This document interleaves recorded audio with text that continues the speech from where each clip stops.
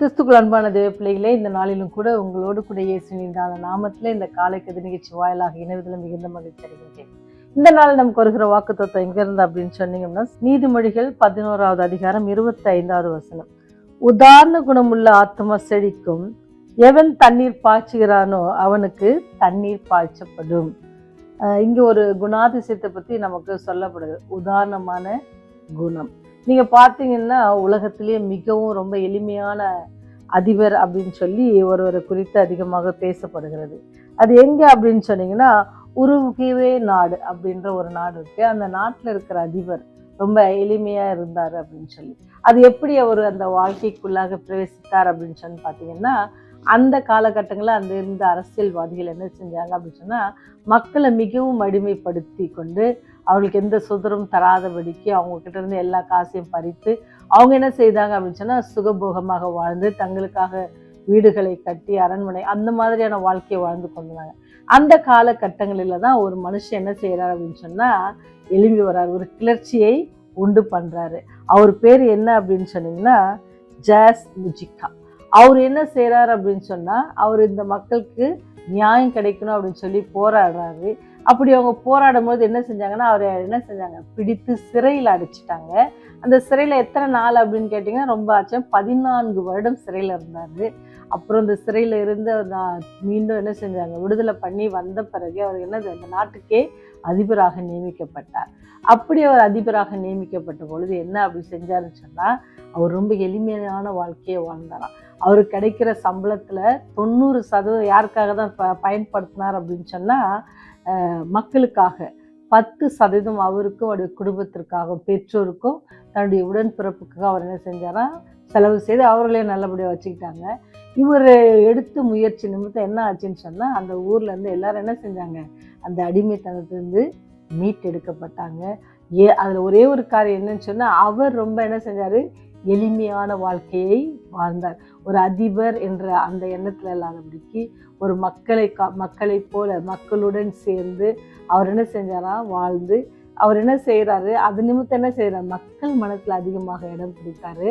அது மாத்திரம் இல்லாதபடிக்கு அவர் என்ன செய்யறாரு அப்படின்னு சொன்னா, நீங்க நினைச்சு பாருங்க, 90% தன்னுடைய வருமானத்துல 90% மக்களுக்காக அவர் செய்து பொருளாதார நிலை என்ன செய்யுது, உயர்த்தப்படுகிறது. ஒவ்வொரு காரியமும் என்ன செய்யுது, வெற்றியாக மாறுகிறது. ஏன்னு சொன்னா, ஒரே ஒரு நபர் அவர் எடுத்த ஒரு பிரயாசம் என்ன அப்படின்னு சொன்னா, தன்னுடைய எளிமையான ஜீவியம். அவருக்கு நிறைய பிளஸ்ஸிங்ஸ் தானே, ஒரு அதிபராக இருந்தால் அவருக்கு நிறைய ஆசீர்வாதங்கள் நிறைய கிடைச்சிருக்கும். அவருக்கு தேவையான எல்லாவற்றையும் அவர் என்ன உட்கார்ந்த இடத்துலேருந்தே இது பண்ணியிருக்கலாம். ஆனால் அவர் ரொம்ப மக்களோடு சேர்ந்து காரியங்களே அவர் செய்ததுனால ஒரு வெற்றி சிறந்தார். இதை வாசித்த போது எனக்கு ஏசப்பா தான் ஞாபகம் வந்தாங்க. எனக்கு இதை வாசித்த போது யார் தான் இருந்தாங்க, ஏசப்பா தான் ஞாபகம் வந்தாங்க. நீங்களும் நானும் சாத்தானுடைய இதுல என்ன செஞ்சோம், அடிமைப்படுத்தப்பட்டு சாத்தானுடைய பாவ வஞ்சகத்தினால் நாமளும் என்ன பாவத்துல விழுந்து என்ன செய்யறோம், வஞ்சிக்கப்பட்டு தேவனை விட்டு பின்வாங்கி அடிமைதனமா பாவத்தின் அடிமைதனத்துல இருந்த நம்ம மீட்பதற்காக எப்படி ஜாஸ் முகர்ஜி வந்து 14 வருடம் என்னங்கிறது சிறையில் இருந்தாங்க. மீண்டும் பெரிய அதிபராக இருக்கும் பொழுது கூட அவர் என்ன செய்யல, அதனுடைய சுகத்தை அனுபவிக்காதபடிக்கு மக்களோடு மக்களாக இணைந்து தன்னுடைய வருமானத்தில் 90% கொடுத்து அது நிமித்தம் என்ன செஞ்சு உயர்த்தப்பட்டதோ, அதே போல பரலோகத்துல தன் பிதாவோடு கூட இருந்து தேவதூதர்களால் கொடான கொடி தேவதூதர்களால் பரிசுத்தர் பரிசுத்தர் பரிசுத்தர் என்று போற்றப்படுகிற அந்த எல்லா காரியத்தையும் விட்டு, பரலோகத்தை விட்டு இந்த பூலோகத்திற்கு வந்து அடிமையின் ரூபம் எடுத்து பாவ அடிமைகளாக இருக்கிற உங்களை என்ன மீட்பதற்காக என்ன செஞ்சாங்களாம், தன்னைத்தானே வெறுமையாக்கி ஆண்டவர் என்ன செஞ்சாரா, அவரை ஒவ்வொரு இடத்துலையும் கூப்பிட்டு போய் என்ன விசாரிப்பாங்க.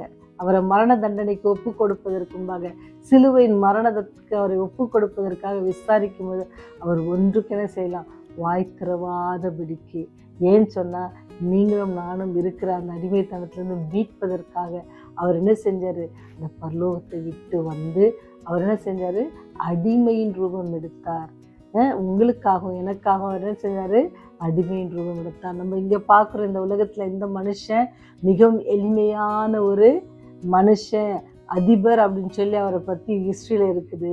ஆனா இங்க நமக்கு வந்திருக்கிற தேவன், நம்ம அந்த சராசரத்தையும் படைத்தவர். எல்லாத்துக்கும் அதிபதியான அவர் எப்படி தாழ்மையின் ரூபம், அடிமையின் ரூபம் எடுத்து வந்தார் உங்களையும் என்னையும் மீட்டுக்கொள்ள. அப்பேற்பட்ட அன்பான கடவுளுக்கு நீங்க என்ன பண்றீங்க? அவர் என்ன செஞ்சார் அப்படின்னு சொன்னா, எல்லாவற்றையும் விட்டு என்ன செஞ்சாரு? இந்த பூலோகத்துக்கு வந்து உங்களை என்னையும் மீட்டுக்கொண்டார். இப்படி மீட்டுக்கொண்டது நிமித்தம் என்ன செஞ்சாரு? உங்களுக்கு எனக்கும் என்ன ஆசீர்வாதத்தை அதிகமாக தந்தளிருக்கா. ஒருவேளை உங்களுக்கு பணம் அதிகமாக கொடுத்துருப்பாங்க. அதை நீங்கள் எப்படி மற்றவர்களுக்காக என்ன செய்றீங்க? உதவி செய்றீங்க. எப்படி அந்த அதிபர் எல்லாருடைய தரத்தையும் உயர்த்தினாங்களோ அதே போல் நீங்கள் சுற்றி இருக்கிறவங்க இடத்துல ஆண்டோடைய அன்பை சொல்லுங்க. ஆண்டோருக்காக என்ன செய்யுங்க? முயற்சி எடுக்கும்போது சில உதவிகளையும் நம்ம என்ன செய்யணும். எப்படி ஆண்டவர் உங்களை என்னை மீட்க வந்த நேரத்தில் அவர் இந்த உலகத்தில் இருக்கும்பொழுது போஷித்தாங்க. பட்டினியாக இருக்கிறவங்களுக்கு அல்லது பசியாக இருக்கிறவங்களுக்கு போஜனம் கொடுத்தாங்க. தாகமாக இருக்கிறவங்களுக்கு ஜீவ தண்ணீரை கொடுத்துருக்காங்க. வியாதியாக இருந்தவங்களுக்கு சுகம் கொடுத்துருக்காங்க. ஏன்னு சொன்னால் அந்த அடிமைத்தனத்திலிருந்து உங்களை என்னை மீட்பதற்காக வந்த இடத்துல அவர் கொடுத்த பெரிய காரியங்கள் இதெல்லாம் கிஃப்ட். உங்களுக்கு எனக்கும் அவர் கொடுத்த பெரிய ஆசீர்வாதங்கள். அதே தேவன் இன்று உயிரோடு இருக்கிறார். அதே தேவன் உங்களை ஆசீர்வதித்திருக்கிறார். அப்படி ஆசீர்வதித்த தேவனுக்கு நீங்க என்ன திருப்பி செய்கிறீங்க அப்படின்ட்டு யோசித்து பாருங்க.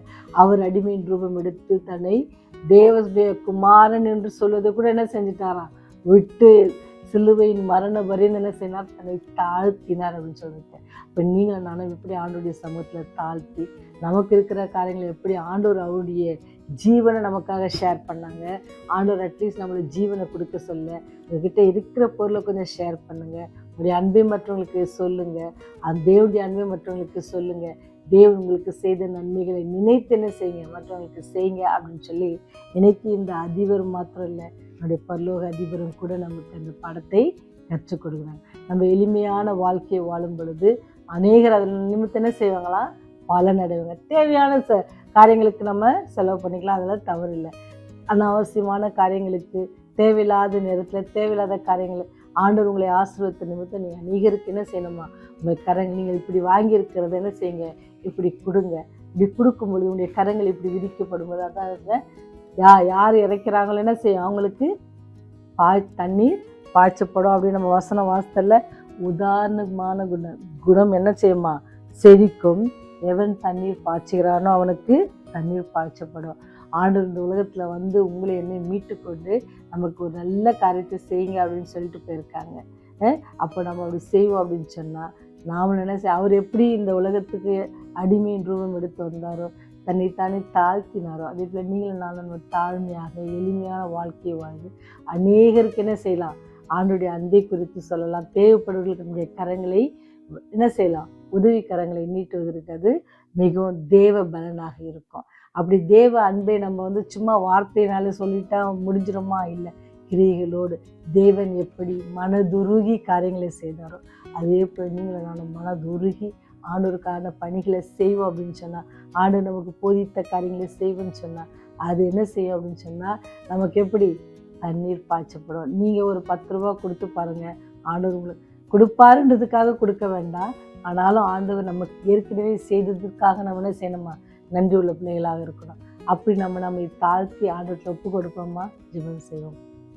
பரலோகத்தை விட்டு இந்த பூலோகத்திற்கு வந்து அடிமையின் ரூபம் எடுத்து எங்களுக்காக அந்த கல்வாரி சிலுவையில் பாடுபட்டு மரித்த பரலோக தந்தையே, இந்த நாளிலும் கூட ஆண்டவரே, நாங்கள் கேட்ட சத்தியத்தின்படி நாங்கள் எங்களை தாழ்த்தத்தக்கதாக எளிமையின் வாழ்க்கை வாழ்வதற்கு எங்களை ஒப்பு கொடுக்கத்தக்கதாக கிருபை செய்யுங்க சாமி. பாவிகளாக இருக்கும் பொழுது ஆண்டவரே, நீர் எங்களுடைய அடிமைத்தனத்தை மீட்பதற்கு, அடிமைத்தனத்தில் எங்களை மீட்டுக்கொள்வதற்கு உடைய ஜீவனை கொடுத்து உங்கள் ரத்தத்தை சிந்தினீரே, அதற்காக நன்றி துதிய சோத்திரம் எடுத்துக்கொள்கிறோம் ராஜா. அதை உணர்ந்தவர்களாக நாங்கள் ஜீவிக்க எங்களுக்கு உதவி செய்யுங்க. சாத்தான் எங்களுக்கு இடுகிற எல்லா ஆபத்தான காரியங்களிலிருந்து எங்களை நீங்கள் மீட்டுக்கொள்ள வேண்டுமோ அப்படி பாத்துல கெஞ்சி இருக்கிறோம் சுவாமி. அநேகருக்கு வியாதிகளை தீர்க்க முடியாத கொடுமையான வியாதிகளை கொடுக்குறாங்க கர்த்தாவே.